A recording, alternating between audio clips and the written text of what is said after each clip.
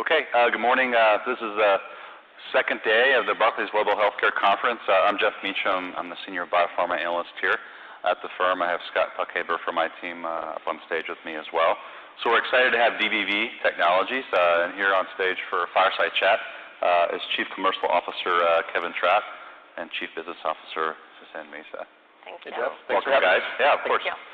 So we got a lot of questions here, but maybe just if you want to kick it off for maybe some of the audience that aren't as familiar, just a kind of a 2-minute kind of background, and we get right into questions. Yeah, so for those that aren't familiar with the DBV story, we're a company focused on food allergies and bringing treatments to families and patients, as well as other immunologic diseases.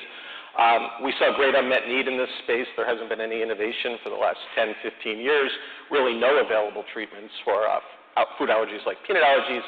And we're using a unique technology leveraging the properties of the skin to activate the immune system and produce desensitization in children. So, our founders saw that. They saw developing a technology that would provide safe and effective means of doing that as really a way to solve some of these problems. So it's an exciting time at the company as we get focused on resubmitting our BLA in the third quarter of this year, 2019, and we look forward to continuing the story and bringing these options to parents and their families. All right, thanks, Kevin. That's helpful. So let's talk about the BLA and maybe just the sequence of events, from late last year to kind of this year. I mean, have you guys has it been a regular back and forth with the agency, maybe, and help us with what DBV has done to address some of the initial commentary with respect to manufacturing and QA, QC kind of thing? Yeah, I think just to ground everybody, so we've announced that we will resubmit the BLA in the third quarter of 2019. The agency provided us with a number of detailed comments back in December. We decided to withdraw the BLA and complete some of the data. I would say those findings are grouped into kind of 4 general areas. They're on additional data regarding quality controls, test methods, and their validation is 1. Information regarding manufacturing procedures is the 2nd. Information concerning Viaskin Peanut as a combination product is the 3rd element. And records and administrative information related to manufacturing and quality oversight of Viaskin Peanut. So those are the 4 general categories. I think that was very helpful for us. Much of this data was inside DBV, and we just needed to supplement it. And the rest of the data that we need to produce is kind of ongoing.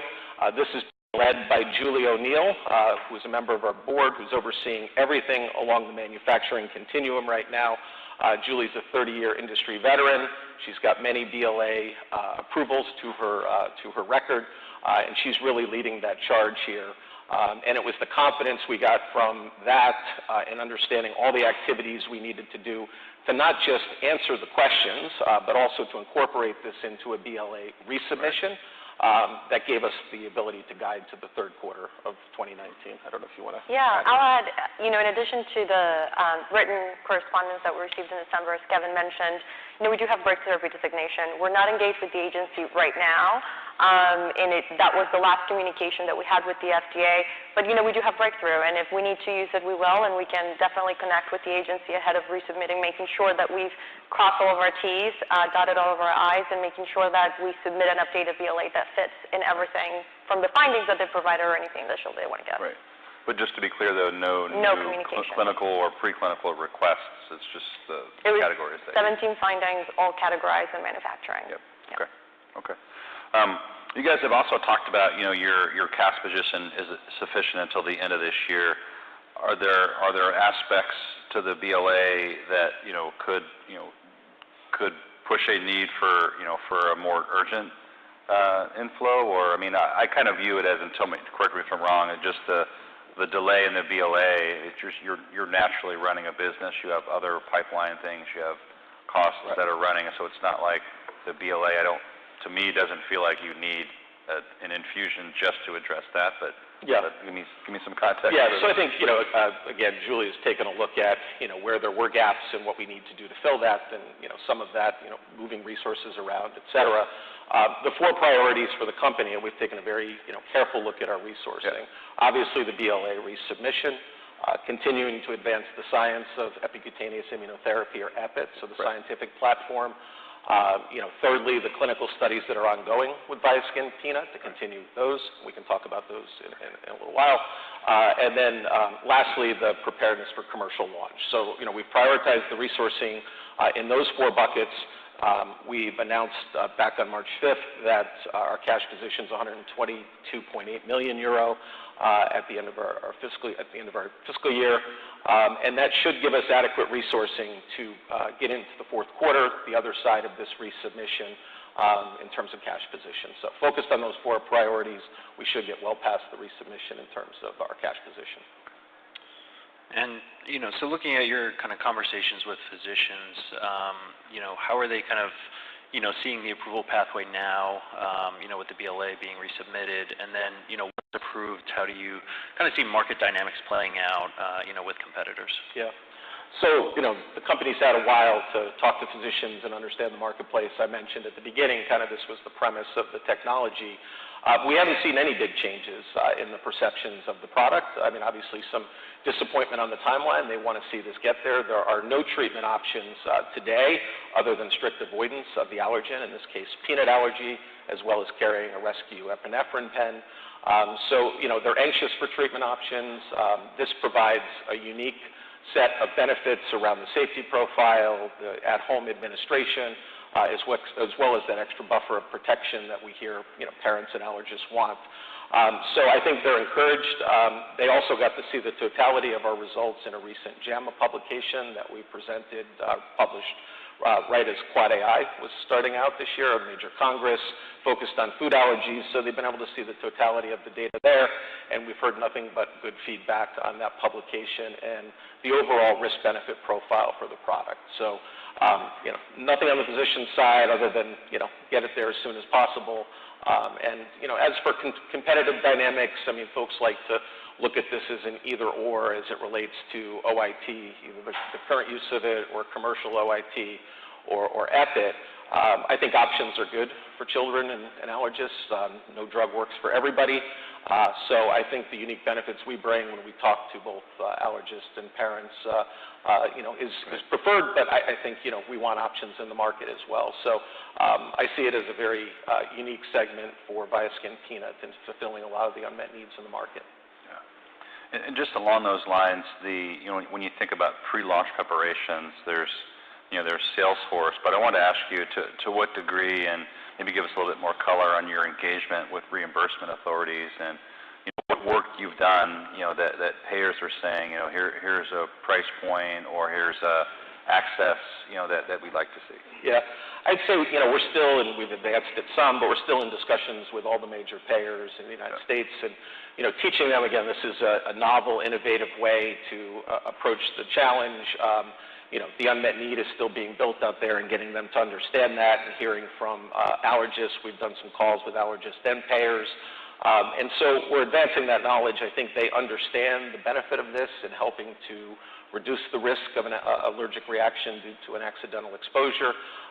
That has a lot of benefits for the family, obviously for potential hospitalizations.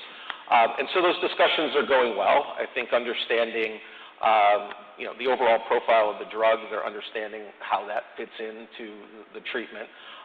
Who exactly will be treated with it? There's about 1 million kids, 4 to 11, 800,000, 4 to 11 in the United States. So they've got a size of that. They have to be carrying an epinephrine auto-injector as well. So I would say the payers understand it. We have not put out a specific price guidance yet, Jeff, as you know. So we're testing a range of those. But I think that the overall payer feedback so far has been positive, and we're continuing to educate. A couple other points. We are talking with health technology assessment bodies across the world as well, so cost effectiveness.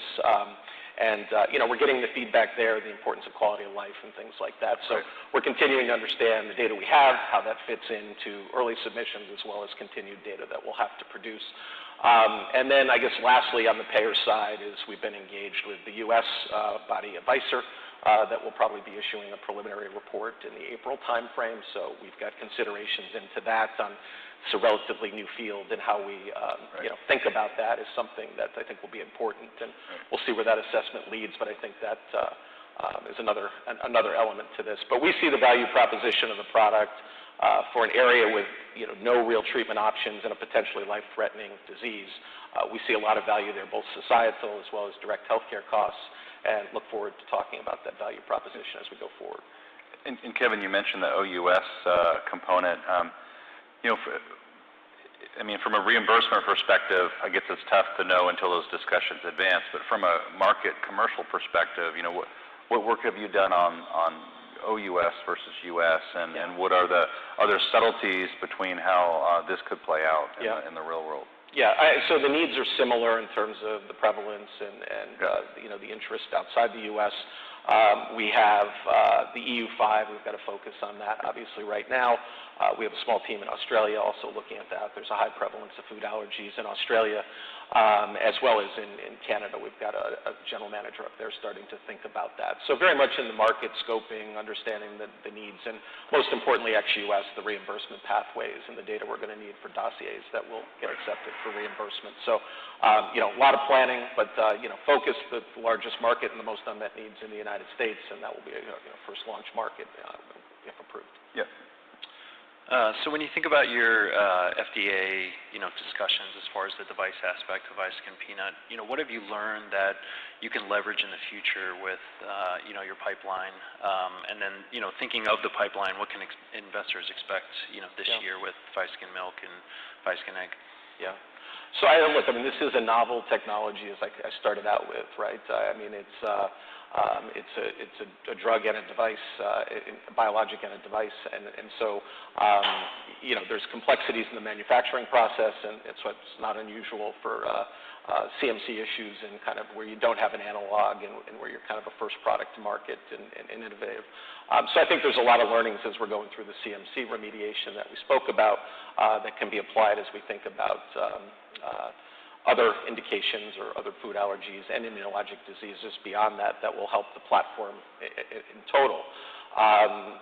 As for the future, we're obviously interested in other food allergies. We've got a milk phase 2 program that's been ongoing and is read out, as well as interest in egg and other food allergies as well. We'll update on those, I think, when we get to the other side of the BLA resubmission, given that's our focus. But this does set up a platform beyond just, obviously, peanut allergy, which is the initial launch and submission to these other areas as well. And as I said, even beyond food allergies, there's potential there. So I think the learnings on that are very unique to DBV. This is a very hard manufacturing process to replicate.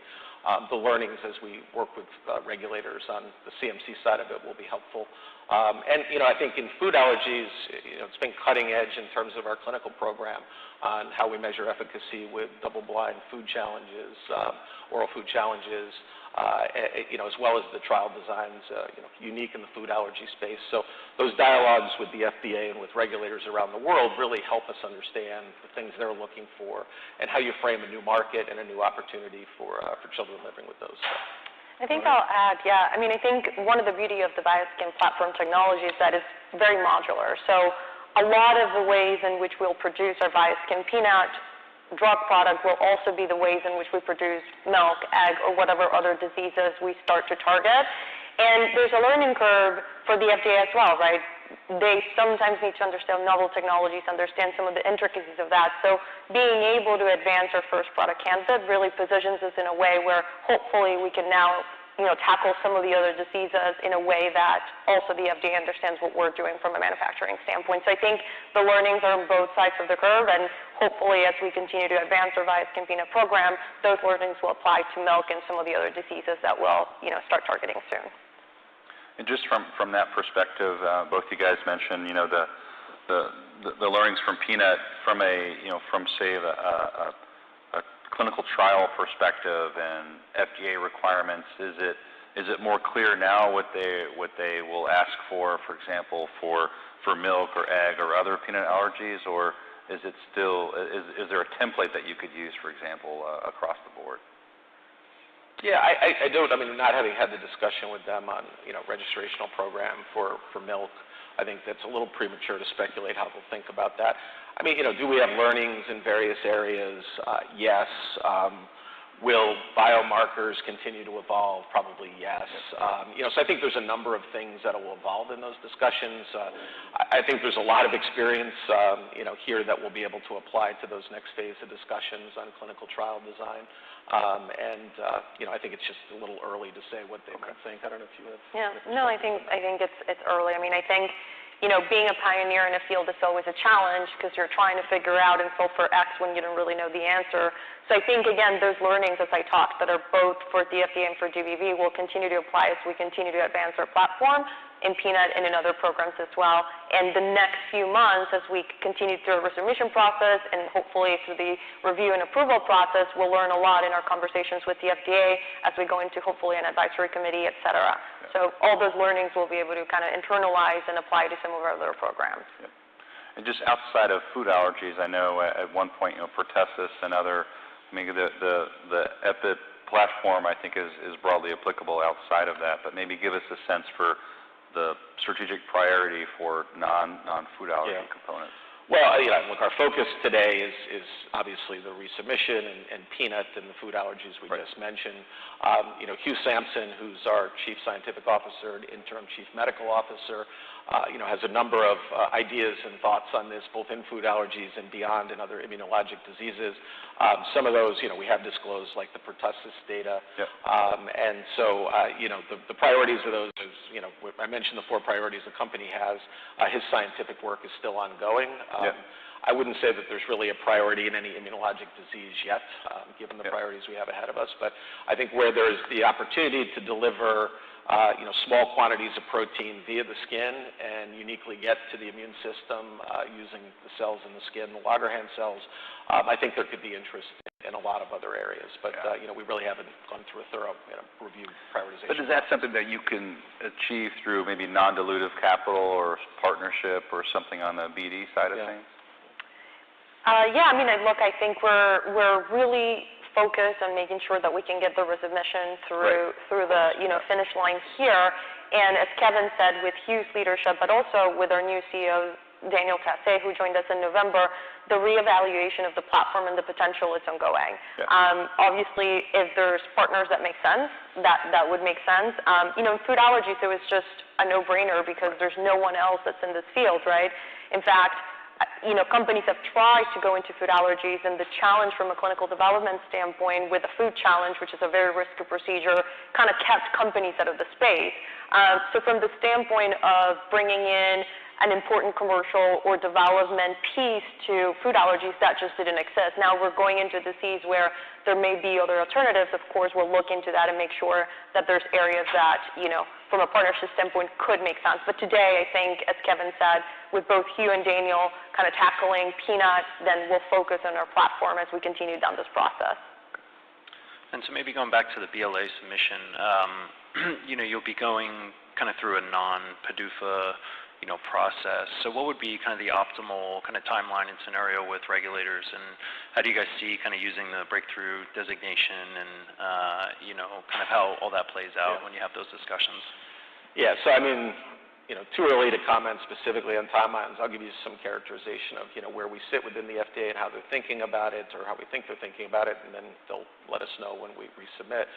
So focus on 3Q 2019. We are an allergenic extract, which is in the CBER division. That's non-PDUFA, so there's no PDUFA fee associated with the filing. And we saw that with the recent competitor submission and kind of how that kind of played out. So we know from both having the fast track and the breakthrough designation that can come with priority review. I think this is unique because we'd be the first product as an allergenic extract that has fast breakthrough therapy designation.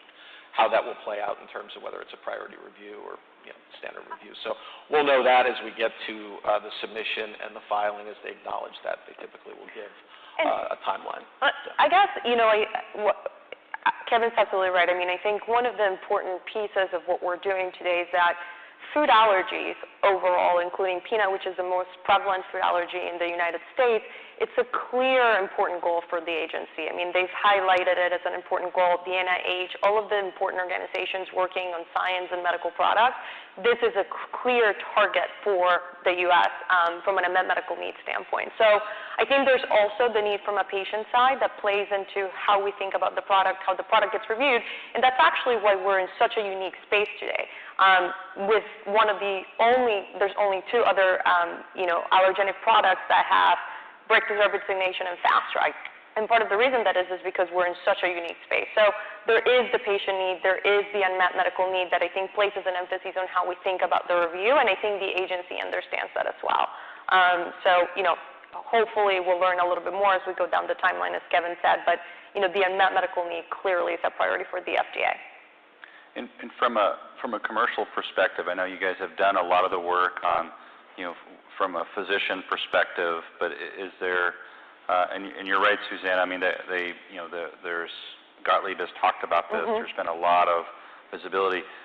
Is there an opportunity for example, for a guideline or for some sort of practice sort of defining, directive, let's call it, from a medical body or from, CDC or from... Yeah. I think, all of the medical bodies in the U.S., I think, would be interested in some sort of a guideline on this. I think they've got general ones now on OIT. So I think that they will take interest in these as they typically are. They are proven safe and effective. I think that's usually the first hurdle. But I think they'll engage with our medical teams and, probably already having discussions on just how that might fit into overall practice guidelines and elements like that, which will be important. I think whenever you've got a new field, I mean, how you use this, what restrictions or things you should look for are going to be important as we move through that. So yes, those are activities that will be important, and I think the practice guidelines from all the major bodies, a couple in the U.S., will happen. I gotcha. I mean, I think one of the unique pieces of this field is that for 2 decades now, all these patients had was epinephrine avoidance. That's it, right? And so they were kind of left in a no man's land where they had no ability to treat their disease. And so with 2 products getting hopefully into the market here, we're starting to see a shift on what food allergies means for the community overall. And so I think we're starting to see everyone kind of catch up to that. And I think as the field continues to evolve with more treatments, with more opportunities to treat patients and really provide them with a treatment that allows them to change their disease course, then I think we're now going to be in a position where you're start seeing a lot of the guidelines and everybody kind of catch up. But I think right now, the field is just really behind, and we need to get treatments out there for patients so that we can continue to provide life-saving medicines. I mean, this is a life-threatening disease, and there's nothing today, and they haven't had anything for 2 decades now. So it sounds like, obviously, post-approval, this ball gets into motion, but maybe is the advisory panel, you think, maybe a good place to learn of some of the pushes and pulls of what guidelines could look like?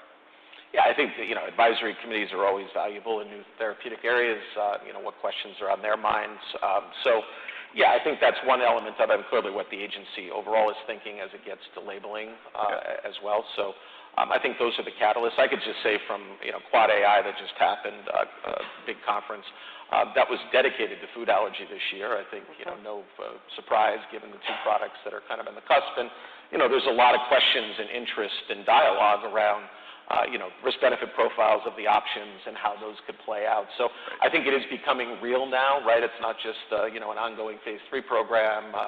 Both companies have read out phase 3 data and, are looking at regulatory submissions. So I think you can start seeing that really catalyze and it start coming down to its, potentially going to happen, and they're really starting to consider how they fit it into the practices, how guidelines and all of the other subsequent things move forward. So. Okay. Well, Kevin, Susanna, thanks a lot. Thanks, Jeff. Thank you for having us. Thank you.